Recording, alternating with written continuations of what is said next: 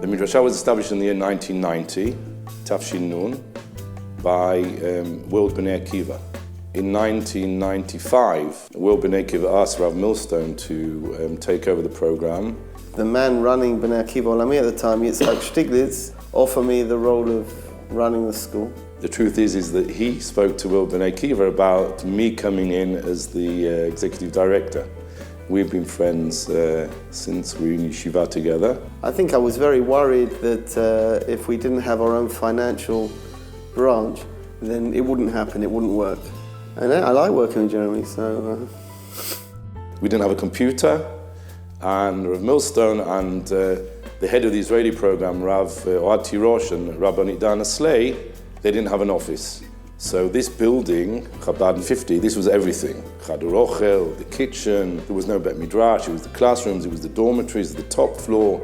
We changed the name to Midreshet HaRova, and it was decided when we go out to America, we need to go with our own independent name and start marketing as Midreshet HaRova.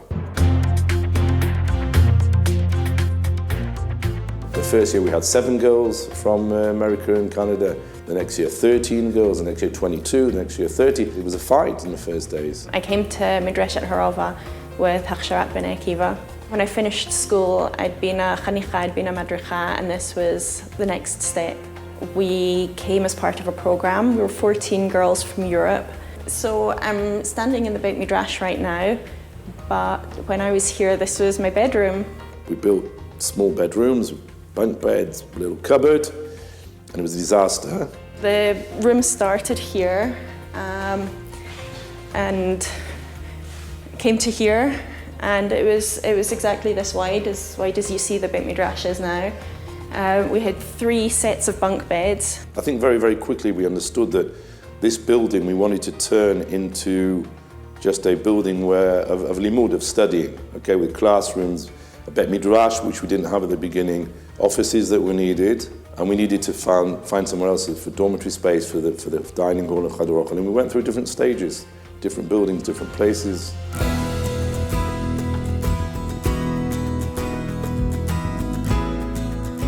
You know, as Jews, it's our destiny to be here, but spending the year here in Midreshet turned it into a reality. Our school is one which is built upon the idea that our students are different, and what we need to be doing is to be giving them the opportunity to find their place and to find their path, and to be able, that we're giving them the teachers and we're giving them the resources that whichever direction they want to be going in, whichever direction they want to be looking for, they're finding the resources which will enable them to find that for themselves.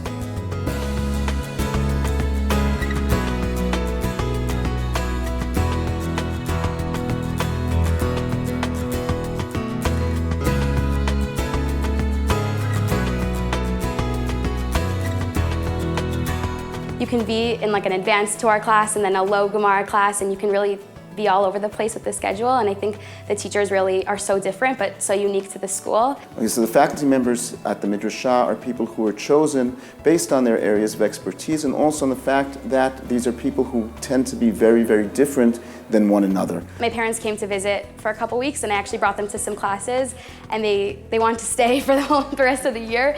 But of course, it's kind of a year for yourself and a year for independent growth. Midreshet HaRova is first and foremost a Midreshet where students are learning, where students are deepening their connection to Torah, to mitzvot, but they're not deepening that connection in a vacuum. So it is essentially Jewish learning, but Jewish learning on tiulim and Jewish learning through seminars as well.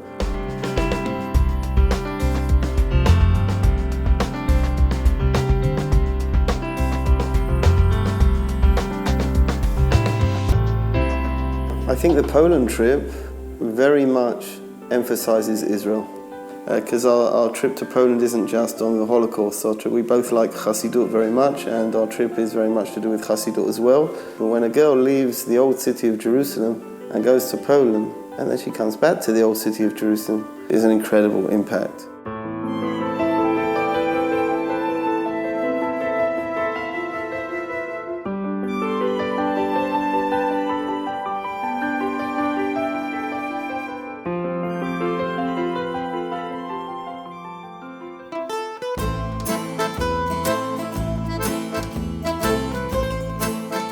on Yom Yerushalayim, the rabbis take us from the Old City all the way up to Har HaZeitim, and then you get there and we sing Hallel there, and it's the most beautiful experience. All the girls are singing and dancing, and the rabbis are with us too, and they're telling us stories and reading us poems. It was the most incredible thing I've ever experienced.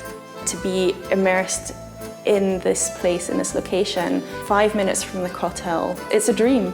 Well, the Rova is everything. I don't think I would be really interested in running a school outside the Rova. It's ours and it belongs to us, and it's the heritage of the Jewish people.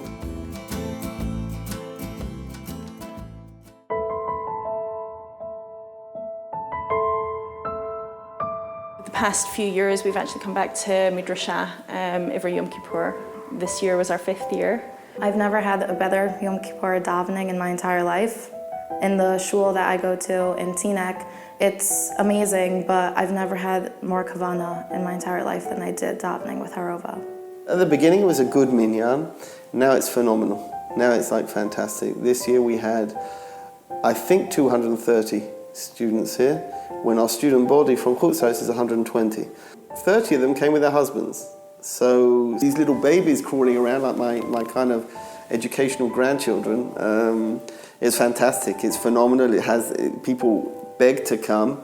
It's always nice to see. They're always very happy to see Bogrot as we come back and as we bring the next generation back as well.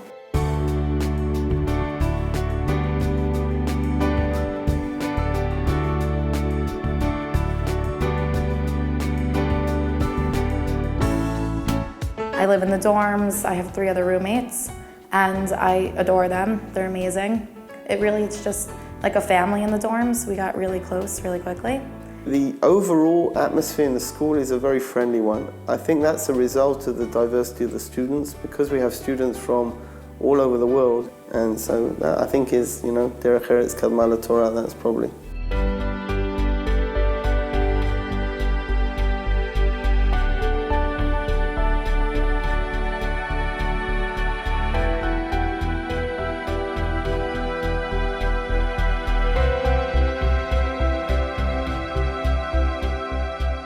I think that Rav Millstone is the heart and the soul of the Midreshet. It's his vision that has built the Midreshet into what it is.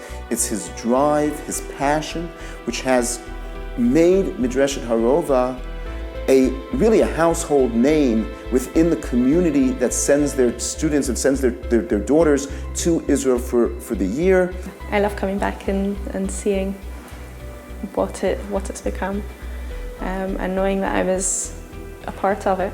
So my oldest daughter is now 12, and it would be nice if she could come here when she finishes school, I suppose to close the circle.